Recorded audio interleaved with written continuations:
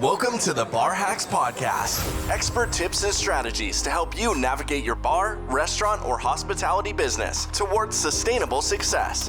Now, here's your host, Doug Radke, the president of KRG Hospitality, the international brand ambassador for Barventory, and the author of the book, Bar Hacks.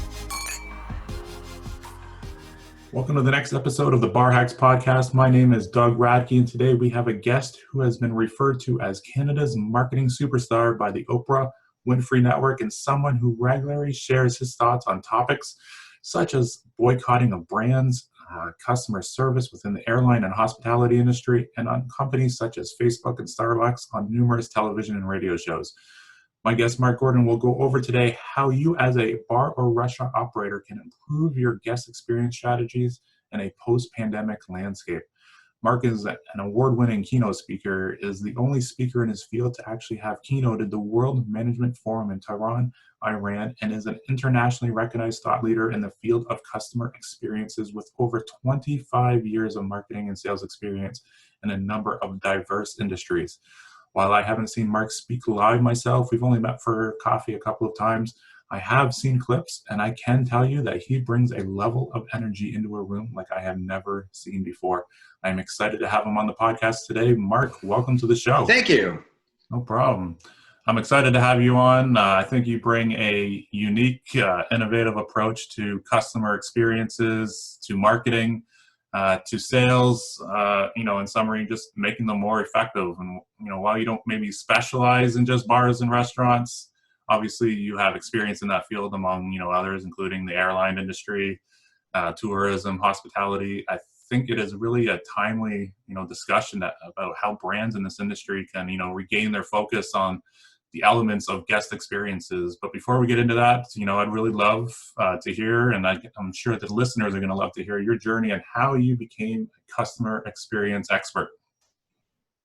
Well, that's a big question. I'll try to condense that down for you. So the Coles Notes version of that is essentially this. I started in business when I was at the age of 16 importing automotive parts, and that led to me having my first experience in a real business situation. And one thing I discovered early on was that the products and services I provided really wasn't the key to growing the business. It was my ability to, and I didn't know it then, and the term customer experience didn't exist, but I discovered that if I made it as easy as possible for people to buy from me, or as convenient as possible for people to deal with a problem or an issue, I made myself very accessible. That seemed to be a method or a big factor in my growth as a business. And later on in years, as I got into other industries and other types of businesses, and my last big company, which was an automotive equipment company that I started from my parents' basement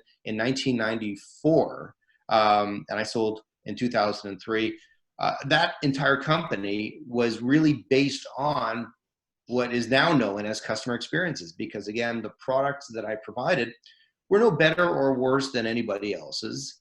But the reason the company grew to be the largest of its type in Canada was because not only due to strong marketing, but also, again, because of the fact we made it easy for customers to buy. There was no stress involved. We were one of the first companies to have e-commerce. This was back in 1996, and downloadable content and things like that. And this was unheard of at the time.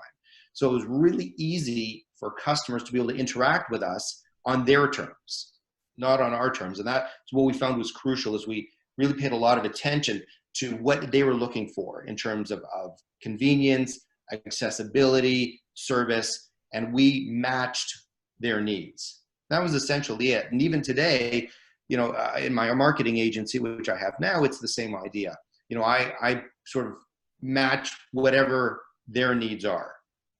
And the problem is a lot of companies, they establish their own method of outreach and their own belief in what those needs are instead of listening to the customer. So sometimes that synergy doesn't exist. So that's kind of brought me to here. And then through marketing and understanding what clients want, over the years, the term customer experience came to light. So that just kind of seemed to fit. It made a lot of sense. And I've dedicated probably the last 7-8 years of my career to really focusing on that customer experience. in terms of how companies can grow, how they can connect with their customers, attract new customers, Right. and of course, inspire loyalty. And that's really what it's all about. For sure. So over the past, let's say 6 to 8 weeks, have you had to make any pivot moves from your own agency with everything that's going on right now in terms of how you're getting out there and providing an experience from your point of view?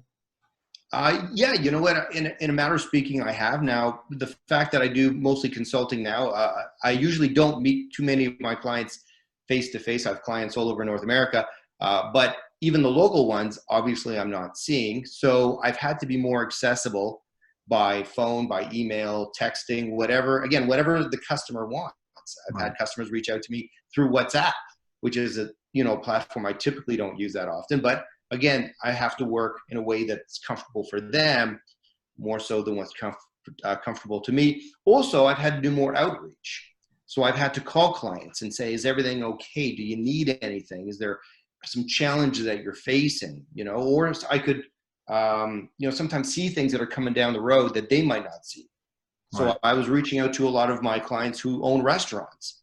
And this was maybe 3 or 4 weeks ago, and say, look, you might want to think about going online in terms of your menu being presented in a different way, changing your website a little bit to let people know of how you're dealing with the situation and COVID-19 in terms of cleanliness and infection control and things like that. So, we try to be there for them in a way that they need us to be. Sure. Yeah, obviously we're going through some interesting times, and I think one of the most interesting is perhaps the element of guest expectations and their desired experiences moving forward. What are some of the pressing challenges that you're seeing bars and restaurants facing right now from your seat as a guest experience expert? Well, this is what's really interesting now is I've always preached customer experience, and in this day and age, though, I have to say I think customer experience needs to be pushed aside. I think what we need to focus on is called customer tolerance. That's what we need to focus on right now, because there's been a paradigm shift, not only within the industry and the way restaurants and those in the hospitality industry serve their market, but even on the part of customers. You have to think about it, that what customers go through in the way that they're being treated now, and I don't mean that in a negative way, but the experience that they're receiving. So for example, you're getting customers now being told by all kinds of businesses that things are going to be different. So for example, you're calling up your phone company and they're saying you're going to have to wait longer because we have fewer technical support people on staff. And you know what? We're okay with that. We're okay waiting an hour on the phone when we used to freak out if we had to wait more than 5 to 7 minutes, right? Our tolerance is different. In the hospitality industry, in many cases, we can't even go into the restaurant anymore. I ordered dinner this past weekend from a casual dining restaurant, and they wouldn't even let me go in to get the meal. I had to order through their website, and then I pulled up to the restaurant, and there was a sign on the door that said to phone the restaurant directly, let them know I was there, return to my car, and somebody came out and brought me my meal. And you know what? I was fine with that. Right. Would we have been fine with that a couple months ago? That would be unheard of. We're okay with this. We have become tolerant. We're not accepting of it. See, there's a big difference. We're not accepting of it, because when you're accepting of something, you're okay with it. The fact is, we are not okay with it in terms of this is something we'd like to continue doing. But we accept that it has to be the way it is for now. So what we have now is what's called customer tolerance. And as long as that keeps functioning the way it is, things will be okay. But restaurants and those in the hospitality industry need to understand that tolerance is a limited time offer. So that as things progress, as social norms begin to change, as the situation with COVID-19 changes in terms of everything from the number of new infections, the spread, and the change in government legislation about how it's handled, Right. our tolerances will change as well. So right now, we're okay with having to order through a third party. We're okay with having to wait maybe an hour to get our meal delivered or have our meal brought to the car or having a limited menu. But you know what? That's going to change. So it's important that restaurants understand that this is not about customer experience. This is about customer tolerance. And tolerance will continuously change, and they have to be able to change with it in order to keep that connection they have with their customers. Because what's okay now, I guarantee you will not be okay in 2 weeks or 4 weeks. All right. Yeah, they're definitely going to have to stay on the pulse of everything on a daily, hourly to daily and weekly basis, obviously. And I love that term that you've coined there. I think that's really, relevant and timely with that.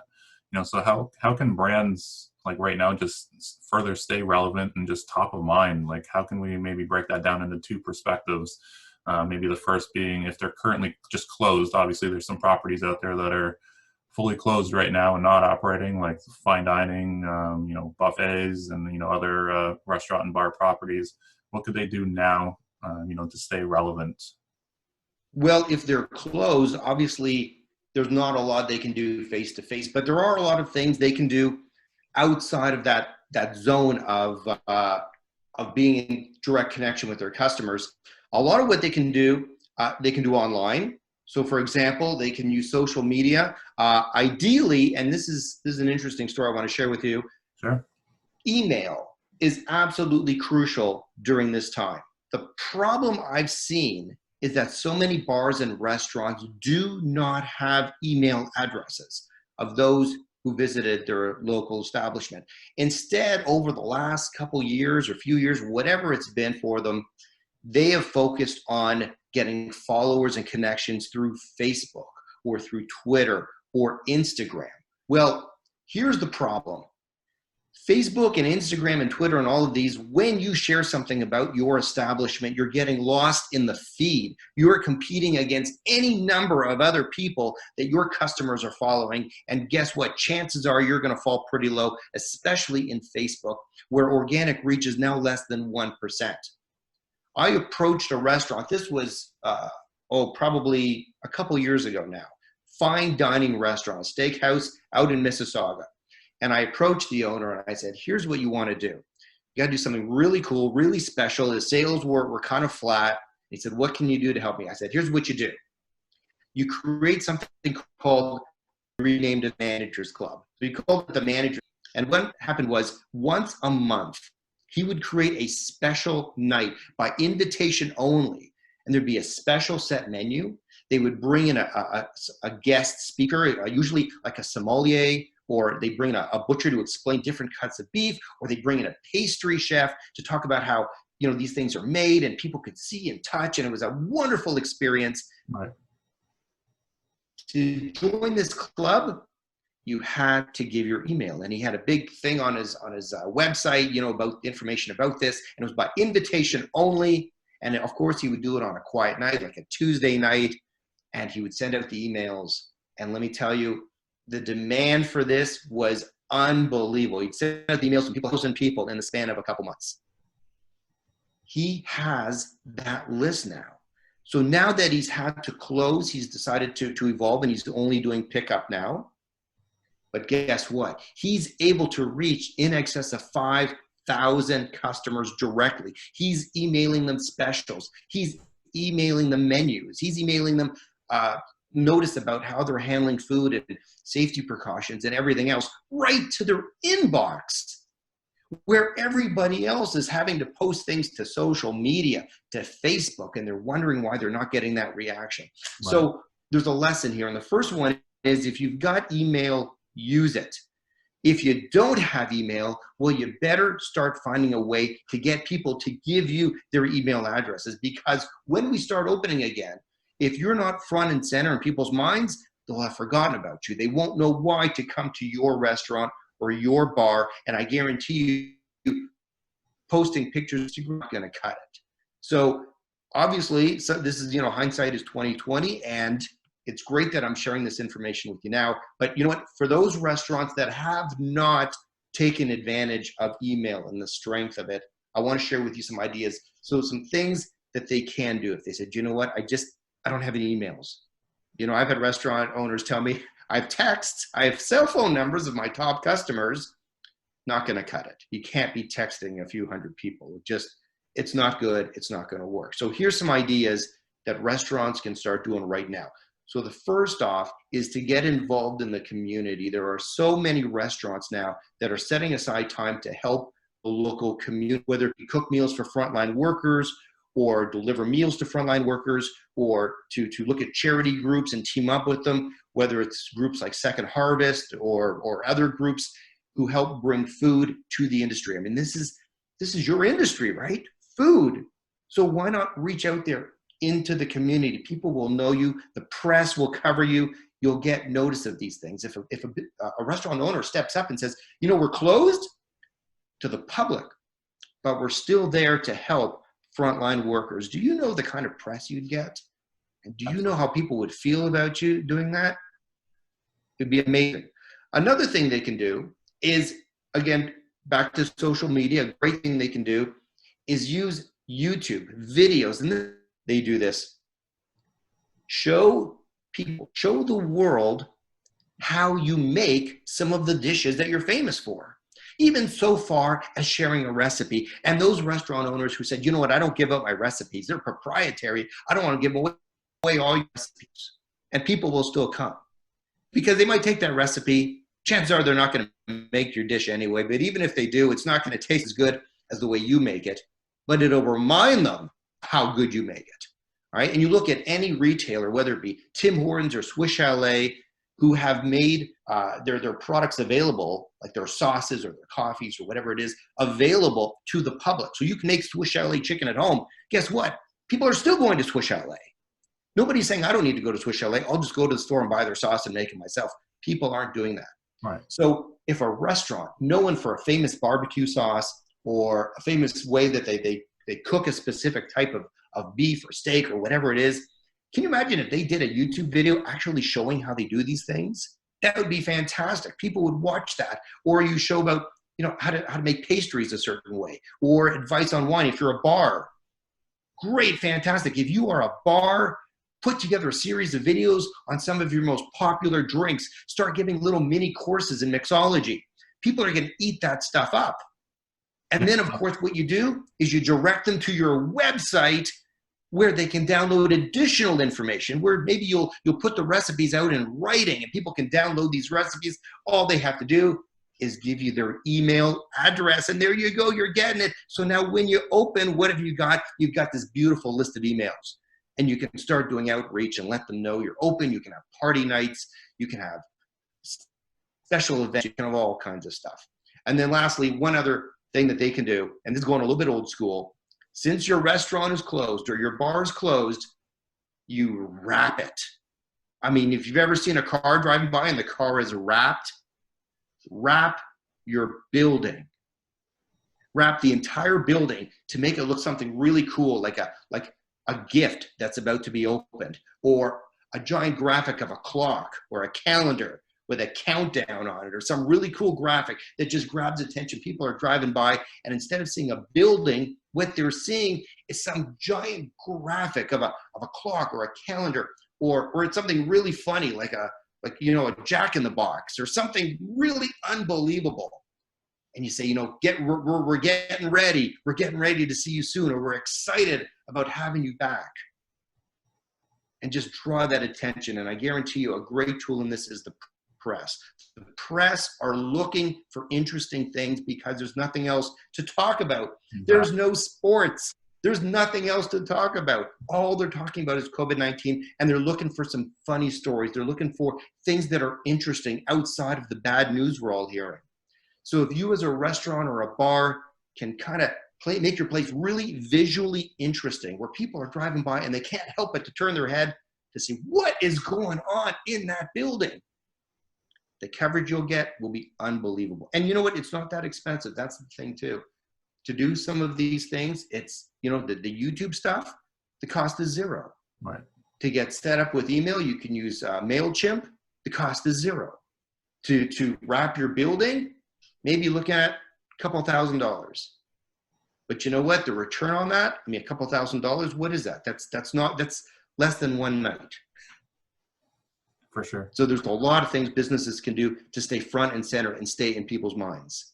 Absolutely. Those are some Fantastic points. You nailed the nail on the head there with in terms of emails. And one of the challenges I think a lot of restaurants and bars are facing in terms of gathering those emails is they're relying on the third-party delivery companies, and unfortunately a lot of those companies do not share that really key data with the operators that they could be using right now.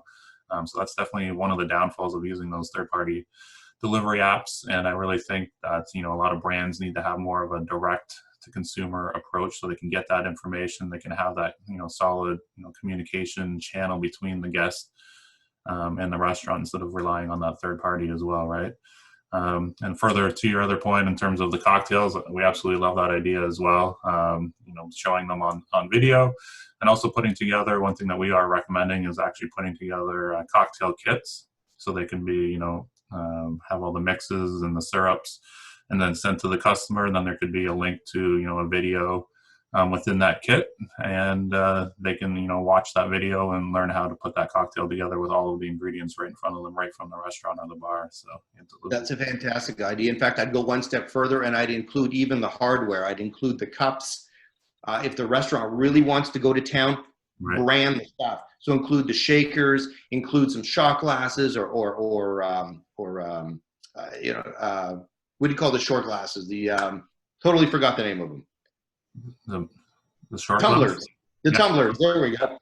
Some tumblers, beer steins, whatever it is, and brand them to your restaurant. So you're not just sending out generic stuff. You're sending out stuff with your bar or restaurant's name on them. Package it up in a really nice box. Send it off. And then what do? Right? You're including some recipes, like you said. Right. Great idea.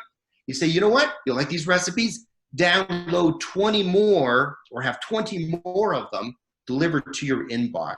All you have to do is go to our website, give us your email address. We'll send you a new recipe every week. Right. Absolutely. So many opportunities, and it's not even thinking outside the box all that much. It's just gathering that data that you can easily, obtain from your target customers that you're already getting in through the door. So it's definitely some great options there, and some good advice. So one, switching gears just slightly, I guess, the phrase social distancing has obviously been seen every single day by everybody. And, obviously it's a little bit tough for many businesses and industries, including bars and restaurants, to use that phrase social distancing. So in terms of guest experiences, both on premise and off premise, like what are some tips you have on how operators can look to enhance, the overall guest experience with social distancing in mind? Well, I think the first and foremost, that the experience delivered is going to be based on the social norms of the day. So hypothetically, if you're able to open up, let's say middle of May, it's going to be very different than what happens in the middle of June. Either it'll be much more lax, or perhaps we may see a second wave and all of a sudden everyone needs to pull back again. So first and foremost, you got to follow the rules of the day. If you try to go rogue and say, we're going to do things our way, you're going to creep out a lot of people. They're going to feel uncomfortable, and the last thing you want is uncomfortable customers. But there's a lot, it's really about, I think, a lot of little things. And I think it's about the perception that you're trying to take care. And let's be realistic here. You're going to put a bunch of people in a room, and it doesn't matter if there's fewer tables and everybody's sitting further apart. There still has to be that comfort. That's really what it is. All right.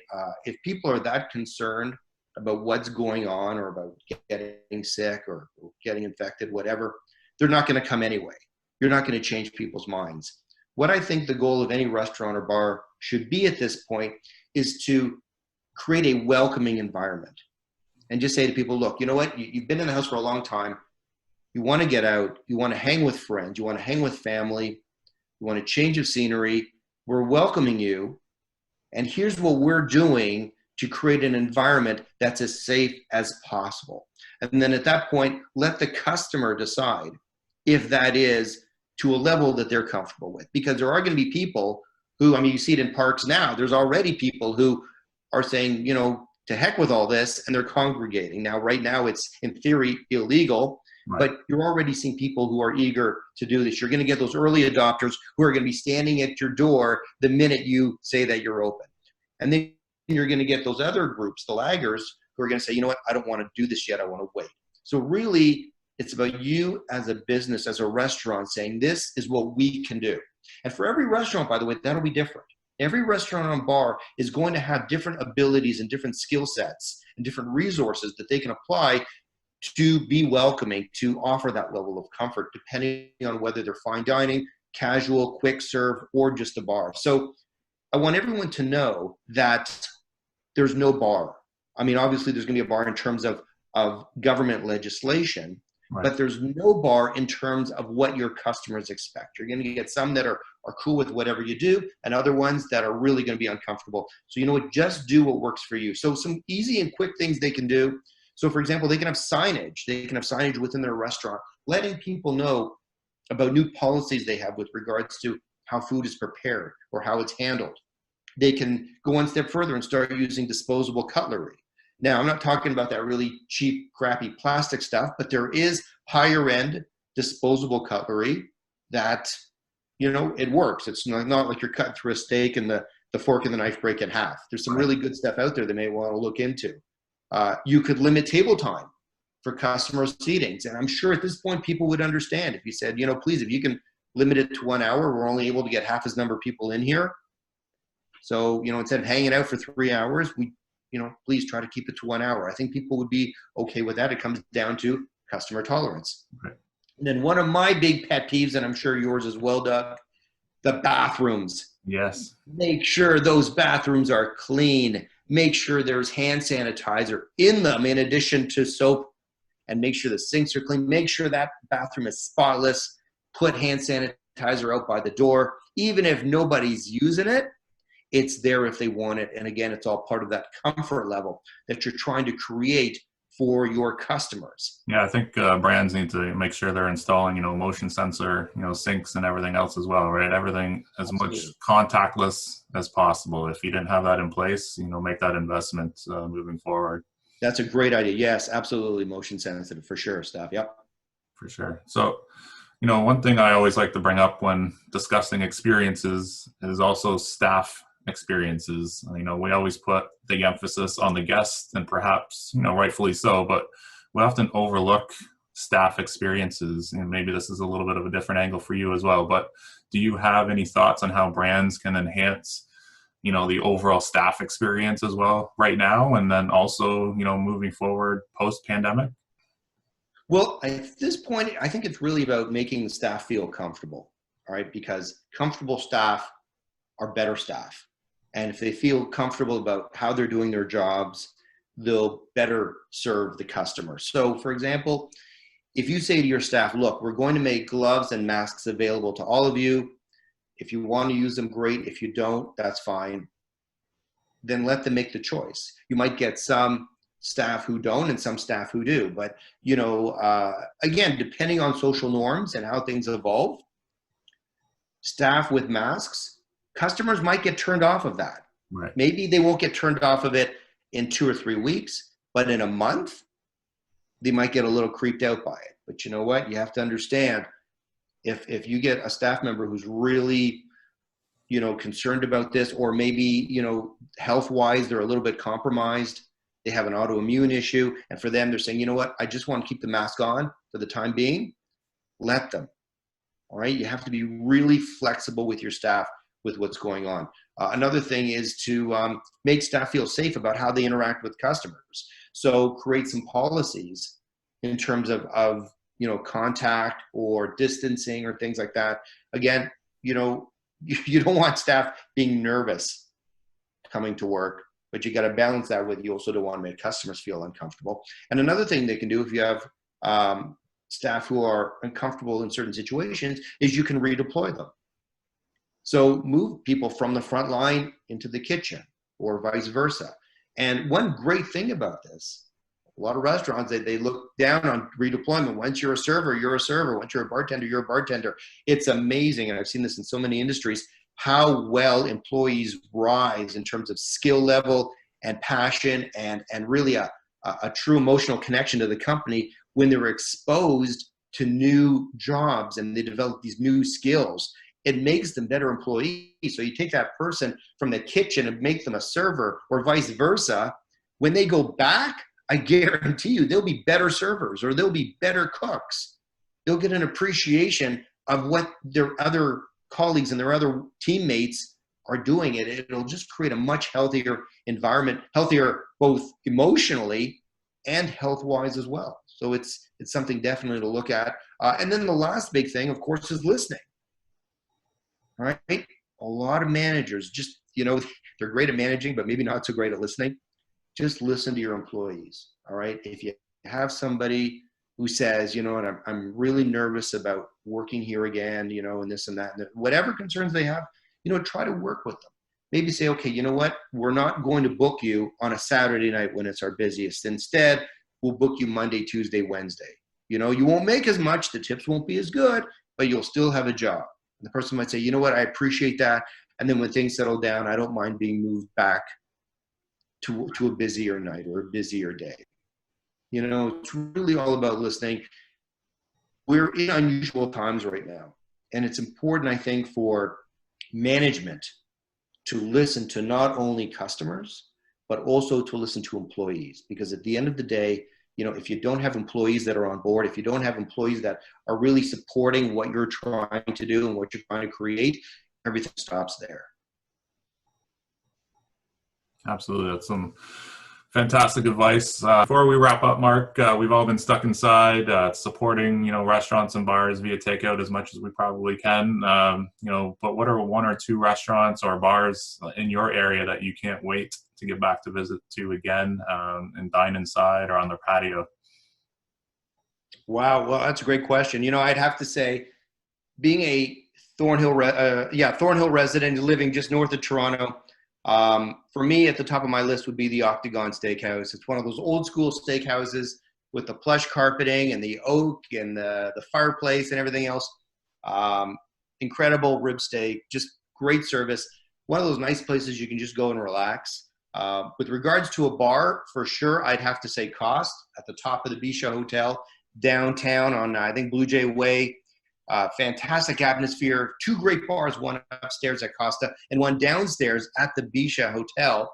And it's amazing energy, lots of people, probably about the farthest thing you can get from being in your own home. Just a lot of energy, just a great place to be. Right. Awesome. Yeah, there's some good spots. Definitely make sure we check those out. Like myself, you travel quite a bit. I usually stick in around North America, but you travel the world quite a bit. Where is one place you cannot wait, to get back to? Well, Doug, much like you, we get invited to speak at conferences, right? So we often don't get to pick our destinations. So we get to go to glamorous places like, Sudbury or Detroit. But you know what? We occasionally luck out. And we end up some really cool places. I know for you and I both, we've spoken in Vegas. So I think we'd agree, right? That's probably going to be at the top of our list. Definitely on the top of my list. I was supposed to be there 3 or 4 times this year, and I've had to cancel the first 2 already. So hopefully in the fall, we can get that back on track. Absolutely. Yeah. So that's probably top of my list as well, too. I have to say I've spoken at Atlantis Resort in the Bahamas, which is absolutely a wonderful place. And I've been there with the family a few times. That's probably a close number 2 right after Vegas. Nice. Awesome. This has been great, Marc. Thank you. I think everyone's got some great tips on how guests and also staff experiences right now and also moving forward post-pandemic. Where can everybody reach you if they want to, learn a little bit more about improving their guest experience strategies and their communication efforts? Well, that's great. They can find me at Marc Gordon. That's Marc with a C. marcgordon.ca. And I got one thing I'll do for you guys, because you know what? I love this industry. I love the hospitality industry and the restaurant industry. I'm going to throw this out there. Anybody watching, I am going to give you 20 minutes of my time. No strings attached. Absolutely free. All you have to do is reach out to me. And if you visit marcgordon.ca, there'll be a tab there that said Get Started. You'll see a big graphic on there, Get Started, 20 minutes with Marc. Click on it.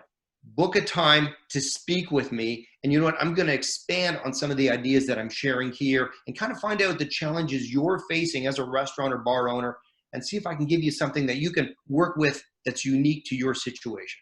Nice. Fantastic. I appreciate you offering that to the watchers and listeners as well. This has been a great chat. Thank you, everyone, for listening to the Bar Hacks podcast. That's it for this episode. Make sure to subscribe on YouTube, Spotify, Apple Podcasts, Google Play Music to stay up to date, or head over to Amazon.com to get your copy of Bar Hacks, the how-to on developing the fundamentals for an epic bar. Until then, stay safe and healthy.